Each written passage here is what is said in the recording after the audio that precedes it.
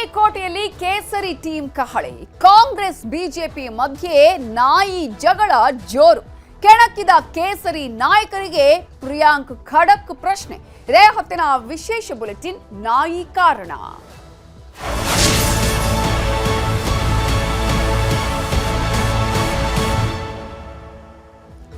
ಕಲಬುರಗಿ ಬೀದಿ ಬೀದಿಯಲ್ಲಿ ಕೇಸರಿ ಪಡೆ ಇವತ್ತು ಹೋರಾಟವನ್ನ ಮಾಡಿದೆ. ಖರ್ಗೆ ಕುಟುಂಬದ ವಿರುದ್ಧ ಬಿಜೆಪಿ ಪ್ರತಿಭಟನೆಯನ್ನ ಮಾಡಿದ್ದು, ಪ್ರಿಯಾಂಕ್ ನಾರಾಯಣಸ್ವಾಮಿ ಮಧ್ಯೆ ನಾಯಿ ವಾಗ್ಯುದ್ಧ ಬಹಳ ಜೋರಾಗಿ ಸಾಗಿದೆ. ಕಲಬುರಗಿಯ ಬೀದಿ ಬೀದಿಯಲ್ಲೂ ಕೂಡ ಕೇಸರಿ ಪಡೆ ಹೋರಾಟವನ್ನ ಮಾಡಿದ್ದು, ಖರ್ಗೆ ಕುಟುಂಬದ ವಿರುದ್ಧ ಬಿಜೆಪಿ ಪ್ರತಿಭಟನೆಯನ್ನ ಹಮ್ಮಿಕೊಂಡಿತ್ತು. ಪ್ರಿಯಾಂಕ್ ನಾರಾಯಣಸ್ವಾಮಿ ಮಧ್ಯೆ ನಾಯಿ ವಾಗ್ಯುದ್ಧ ಜೋರಾಗಿ ನಡೆದಿದ್ದು, ಈಗಾಗಲೇ ಕೆಣಕಿದ ಕೇಸರಿ ನಾಯಕರಿಗೆ ಪ್ರಿಯಾಂಕ್ ಖರ್ಗೆ ಕೂಡ ಅಷ್ಟೇ ಖಡಕ್ ಆಗಿ ಉತ್ತರವನ್ನ ಕೊಟ್ಟಿದ್ದಾರೆ. ಪ್ರಿಯಾಂಕ್ ನಾರಾಯಣಸ್ವಾಮಿಯ ನಡುವೆ ಮೊನ್ನೆಯಿಂದಲೂ ನಡೆದಿರುವಂತಹ ಈ ಹೇಳಿಕೆಗಳ ವಾಕ್ ಸಮರ ಬಹಳ ಜೋರಾಗಿ ನಡೀತಾ ಇದ್ದು, ಇವತ್ತು ನಡೆದಿರುವಂತಹ ಈ ಒಂದು ಹೋರಾಟಕ್ಕೆ ಪ್ರಿಯಾಂಕ್ ಖರ್ಗೆ ಕೂಡ ಖಡಕ್ ಆಗಿಯೇ ತಿರುಗೇಟನ್ನ ಕೊಟ್ಟಿದ್ದಾರೆ. ಒಂದ್ ಕಡೆ ಆನೆ ನಾಯಿಯ ವಿಚಾರ ಅಂತ ಹೇಳಿ ಬಂದ್ರೆ, ಮತ್ತೊಂದು ಕಡೆ ಇದಾಗ್ಲೇ ಪ್ರಿಯಾಂಕ್ ಖರ್ಗೆ ಅವರ ಆಪ್ತರು ಅಥವಾ ಬೆಂಬಲಿಗರು ಅವರನ್ನ ಕೂಡಿ ಹಾಕಿರುವಂತಹ ವಿಚಾರಕ್ಕೆ ಸಂಬಂಧಪಟ್ಟ ಹಾಗೆ ಇವತ್ತು ಹೋರಾಟವನ್ನು ಕೂಡ ಮಾಡಿತು. ಜೊತೆಗೆ ಯಾವ ರೀತಿಯ ಹೇಳಿಕೆಯನ್ನ ನೀಡಲಾಗಿತ್ತು, ಆ ಹೇಳಿಕೆಗೆ ಸಂಬಂಧಪಟ್ಟ ಹಾಗೆ ತೀವ್ರವಾಗಿ ಆಕ್ಷೇಪವನ್ನು ಕೂಡ ಈಗಾಗಲೇ ವ್ಯಕ್ತಪಡಿಸಿದ್ದಾರೆ. ಕಲಬುರಗಿ ಕೋಟೆಯಲ್ಲಿ ಕೇಸರಿ ತಂಡದ ನಾಯಕರು, ಕೇಸರಿ ಪಡೆ ಇವತ್ತು ದೊಡ್ಡ ಮಟ್ಟದ ಹೋರಾಟವನ್ನೇ ಮಾಡಿದ್ದು, ಯಾವ ನಾಯಕರು ಕೆಣಕಿದ್ದಾರೋ ಅವರಿಗೆ ಪ್ರಿಯಾಂಕ್ ಖರ್ಗೆ ಅವರು ಖಡಕ್ ಆಗಿ ಪ್ರಶ್ನೆಗಳನ್ನ ಕೇಳಿದ್ದಾರೆ. ಯಾರ್ಯಾರು ಯಾವ ರೀತಿಯಾಗಿ ಇವತ್ತು ಮಾತನಾಡಿದ್ರು ಪ್ರತಿಯೊಂದಕ್ಕೂ ಕೂಡ ಅಷ್ಟೇ ತೀಕ್ಷ್ಣವಾಗಿ ಪ್ರಿಯಾಂಕ್ ಖರ್ಗೆ ಅವರು ತಿರುಗೇಟನ್ನ ಕೊಟ್ಟಿದ್ದಾರೆ. ಹಾಗಾದ್ರೆ ಅವರು ಹೇಳಿದ್ದು ಸರಿನಾ ಅನ್ನುವ ಪ್ರಶ್ನೆಯನ್ನ ಕೂಡ ಪ್ರಿಯಾಂಕ್ ಖರ್ಗೆ ಅವರು ಕೇಳಿದ್ದಾರೆ. ಈಗಾಗಲೇ ಸಂವಿಧಾನದ ವಿಚಾರ ಅಂತ ಹೇಳ್ತಾರೆ, ಅಥವಾ ಈಗಾಗಲೇ ಅವಮಾನದ ವಿಚಾರವನ್ನ ಹೇಳ್ತಾರೆ. ಹಾಗಾದ್ರೆ ನಾವು ಅವರಿಗೆ ಏನು ಹೇಳಬೇಕಾಗಿತ್ತು, ಅವರಿಗೆ ಪ್ರಶಸ್ತಿಯನ್ನ ನೀಡಬೇಕಾಗಿತ್ತಾ ಅನ್ನುವ ಪ್ರಶ್ನೆಯನ್ನ ಕೂಡ ಪ್ರಿಯಾಂಕ್ ಖರ್ಗೆ ಅವರು ಕೇಳಿದ್ದಾರೆ. ಇನ್ನು ಅವರು ಆ ಒಂದು ಘಟನೆಗೆ ಏನ್ ಕಾರಣ, ಈ ಒಂದು ವಿಚಾರ ದೊಡ್ಡ ಮಟ್ಟದಲ್ಲಿ ಗಲಾಟೆ ಆಗೋದಕ್ಕೆ ಏನ್ ಆಗಿದೆ ಅನ್ನೋದನ್ನ ನಾವು ನೋಡ್ತಾ ಹೋಗೋದಾದ್ರೆ, ಈಗಾಗಲೇ ಎಲ್ರಿಗೂ ಕೂಡ ಗೊತ್ತಿದೆ ಆ ಒಂದು ಪದ ಬಳಕೆ ದೊಡ್ಡ ಮಟ್ಟದಲ್ಲಿ ಹೋರಾಟಕ್ಕೂ ಕೂಡ ಕಾರಣ ಆಗಿರೋದು. ಆಡಿದ ಆ ಒಂದು ಮಾತಿದೆಯಲ್ಲ, ರಾಜ್ಯ ರಾಜಕಾರಣದಲ್ಲಿ ಇದೀಗ ಹಾದಿ ಬೀದಿ ರಂಪಾಟ ಆಗುವವರೆಗೂ ಕೂಡ ಕಾರಣ ಆಗಿದೆ. ಸಚಿವ ಪ್ರಿಯಾಂಕ್ ಖರ್ಗೆಯನ್ನ ಟೀಕೆ ಮಾಡಿ ಕಾಂಗ್ರೆಸ್ಸಿಗರ ಕೆಂಗಣ್ಣಿಗೆ ಗುರಿಯಾಗಿರೋದು ಛಲವಾದಿ ನಾರಾಯಣಸ್ವಾಮಿಯವರು.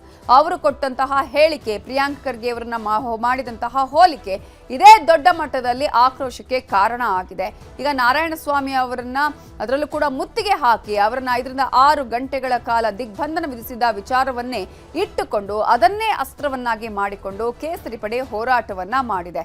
ಅಷ್ಟು ಮಾತ್ರ ಅಲ್ಲ, ಅವರ ತವರೂರಲ್ಲಿ ಅಂತ ಹೇಳಿದ್ರೆ ಮಲ್ಲಿಕಾರ್ಜುನ ಖರ್ಗೆ ಆಗಿರುವುದು, ಪ್ರಿಯಾಂಕ್ ಖರ್ಗೆ ಅವರ ತವರೂರಲ್ಲೇ ಇವತ್ತು ದೊಡ್ಡ ಮಟ್ಟದ ಹೋರಾಟವನ್ನ ಕೂಡ ಮಾಡಿದ್ದು, ಖರ್ಗೆ ವಿರುದ್ಧ ಕಲಬುರಗಿಯಲ್ಲಿ ಹೋರಾಟವನ್ನ ಬಿಜೆಪಿ ಮಾಡಿದೆ. ಕಲಬುರಗಿ ಚಲೋ, ಕಲಬುರಗಿ ಬಚಾವೋ, ಪಾಳೆಗಾರಿಕೆ ಹಟಾವೋ ಹೆಸರಿನಲ್ಲಿ ಹೋರಾಟವನ್ನ ಕೂಡ ಮಾಡಿದೆ. ಅಷ್ಟು ಮಾತ್ರ ಅಲ್ಲ, ಇವತ್ತು ಮಾತಿಗೂ ಖರ್ಗೆ ಕುಟುಂಬವನ್ನೇ ಟಾರ್ಗೆಟ್ ಮಾಡಿದೆ ಕೇಸರಿ ಟೀಮ್. ಬಿಜೆಪಿ ನಾಯಕರು ಪ್ರತಿಯೊಬ್ಬರು ಕೂಡ ಮಾತನಾಡಿದಾರಲ್ಲ, ಹೇಳಿಕೆಗಳನ್ನ ಕೊಟ್ಟಿದಾರಲ್ಲ, ಇವತ್ತು ರೋಷಾವೇಶದ ಭಾಷಣವನ್ನ ಮಾಡಿದಾರಲ್ಲ, ಆ ಎಲ್ಲಾ ಬಿಜೆಪಿ ನಾಯಕರ ಒಂದೊಂದು ಮಾತಿಗೂ ಕೂಡ ಪ್ರಿಯಾಂಕ್ ಖರ್ಗೆ ಅವರು ಟಕ್ಕರನ್ನ ಕೊಟ್ಟಿದ್ದಾರೆ, ಪ್ರತಿಕ್ರಿಯೆಯನ್ನ ಮಾಡಿದ್ದಾರೆ.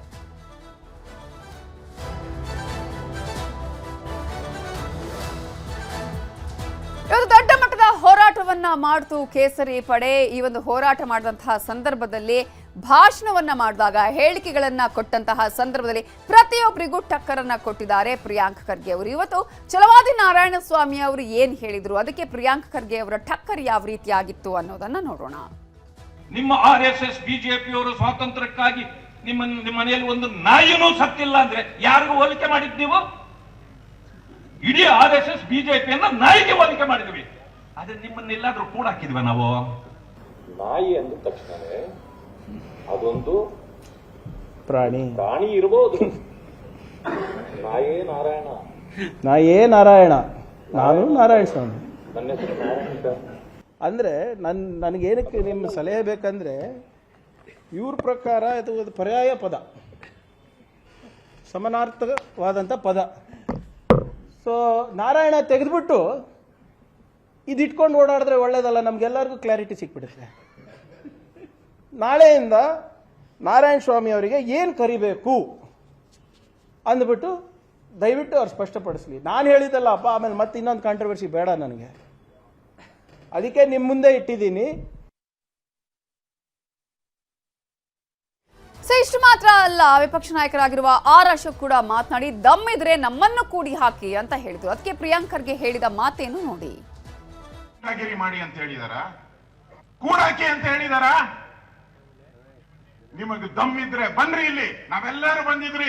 ನೀವು ತನ್ನಿ ಸೈನ್ಯನ ಕೂಡಾಕಿ ನೋಡೋಣ. ನಮ್ಮನ್ನ ಕೂಡಾಕಕ್ ದಮ್ಮಿದ್ಯಾ? ನಿಮಗೆ ತಾಕತ್ತಿದ್ಯಾ? ಬನ್ನಿ ನೋಡೋಣ. ಆ ದಮ್ಮಿಲ್ಲ ನಿಮ್ಗೆ. ಎಷ್ಟು ದಿನ ಇವರಿಗೆ ಯಾವುದೇ ಏನೋ ಸ್ವಂತ ಸ್ವಲ್ಪ ಅಭ್ಯಾಸ ಮಾಡಿ ಅಧ್ಯಯನ ಮಾಡಿ ರೂಢಿ ಇಲ್ಲ. ವಾಟ್ಸ್ಆ್ಯಪ್ನಲ್ಲಿ ಏನು ಕಳಿಸ್ತಾರೆ ಅದೇ ದಿನ ಬೈಬೇಕು. ಖರ್ಗೆ ಅವರಿಗೆ, ಸಿದ್ದರಾಮಯ್ಯ ಅವರಿಗೆ, ಪ್ರಿಯಾಂಕ್ ಖರ್ಗೆಗೆ, ಡಿ ಕೆ ಶಿವಕುಮಾರ್ ಅವರಿಗೆ. ಅಷ್ಟೇ ಇವ್ರ ಕೆಲಸ. ಏನು ಕೆಲಸ ಇವ್ರದ್ದು?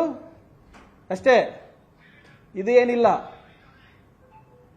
ಈಗ ಇವರು ಯಾಕೆ ಇಷ್ಟು ಹತಾಶರಾಗಿದ್ದಾರೆ ಅಂತ ನಾನು ಯೋಚನೆ ಮಾಡ್ತಾ ಇದ್ದೆ. ಸಿಟಿ ರವಿ ಅವರು ಮಾತಾಡಿ ತುರ್ತು ಪರಿಸ್ಥಿತಿ ಹೇರಿದವರಿಗೆ ಸೋಲು ಅಂತ ಹೇಳಿದ್ರೆ ಇದಕ್ಕೆ ಟಕ್ಕರ್ ಕೊಟ್ಟಂತಹ ಪ್ರಿಯಾಂಕ್ ಖರ್ಗೆ ಅವರು ರವಿ ಪೌರುಷ ಎಲ್ರಿಗೂ ಗೊತ್ತು ಅಂತ ಹೇಳಿದ್ರು. ನಿಜಾಂಶಾಮಿ ವರ್ತನೆಯನ್ನೇ ಮುಂದುವರಿಸಿದ್ರೆ ದೇಶ ತುರ್ತು ಪರಿಸ್ಥಿತಿಗೆ ಉತ್ತರ ಕೊಟ್ಟಿದೆ. ತುರ್ತು ಪರಿಸ್ಥಿತಿ ಹೇರಿದವ್ರನ್ನೇ ಹೀನಾಯವಾಗಿ ಸೋಲಿಸ್ತು. ಏನಾಯ್ತು 77ರಲ್ಲಿ ರಾಯಬರೇಲಿ ಕ್ಷೇತ್ರದಲ್ಲಿ? Indira is India, India is Indira ಅಂತ ಅನ್ಸ್ಕೊಂಡವರು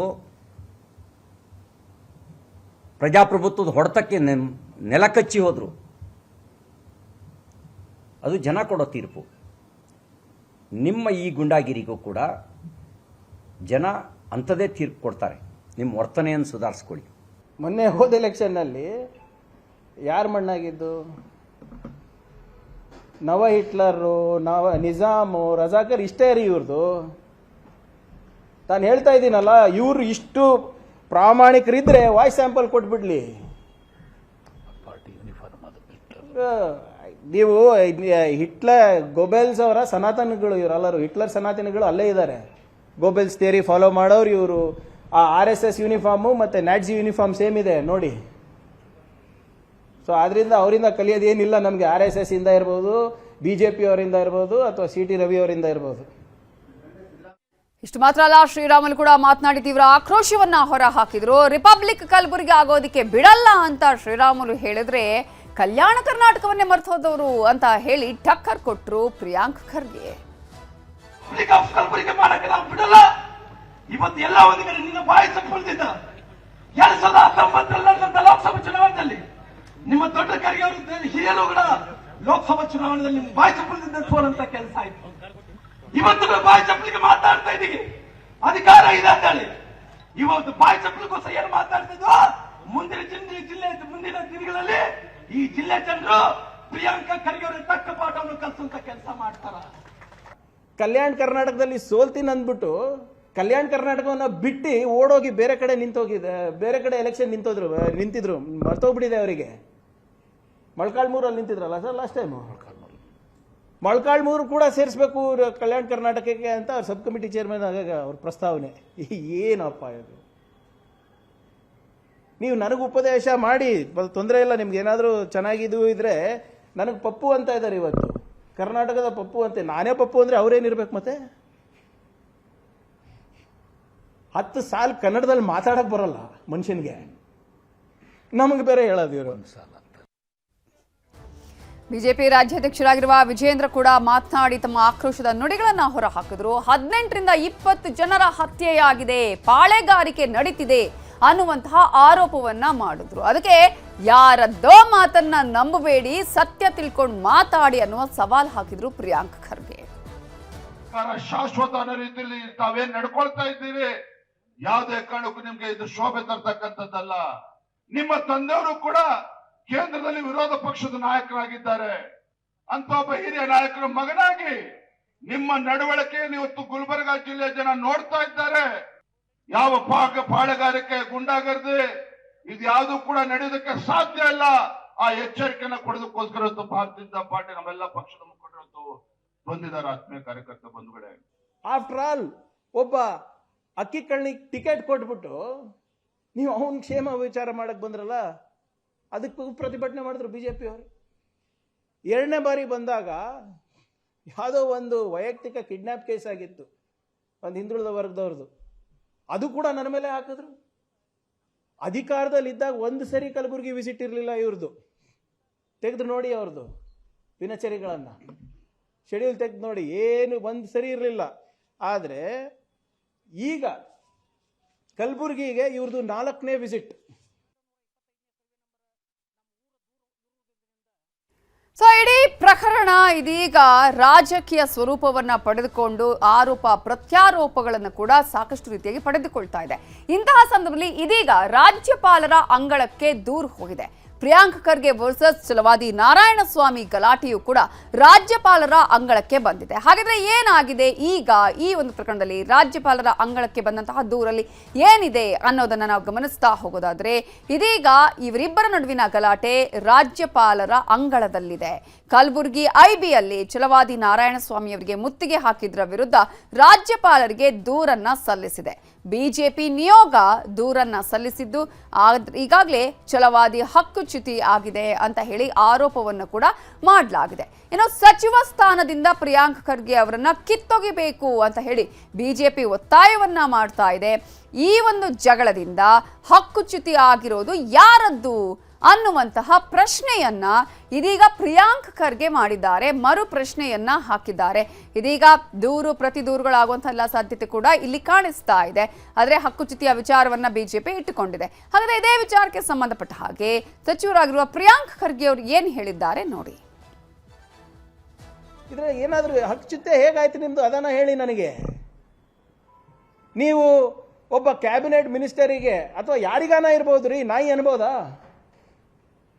ಯಾರಿಗಾನ ಇರ್ಬೋದು. ಒಬ್ಬ ನಾಗರಿಕನ ನಾಯಿ ಅನ್ನಕ್ಕೆ ನಿಮಗೆ ಅಧಿಕಾರ ಇದೆಯಾ? ಆದರೆ ನಾಳೆ ನಾವು ಎಲ್ಲ ನಾಯಕರಿಗೆ, ಬಿಜೆಪಿ ನಾಯಕರಿಗೆ ನೀವು ನಾಯಿ ಹಂದಿ ಹೇಳಿದ್ರೆ ಒಪ್ಕೊಂತೀರಾ?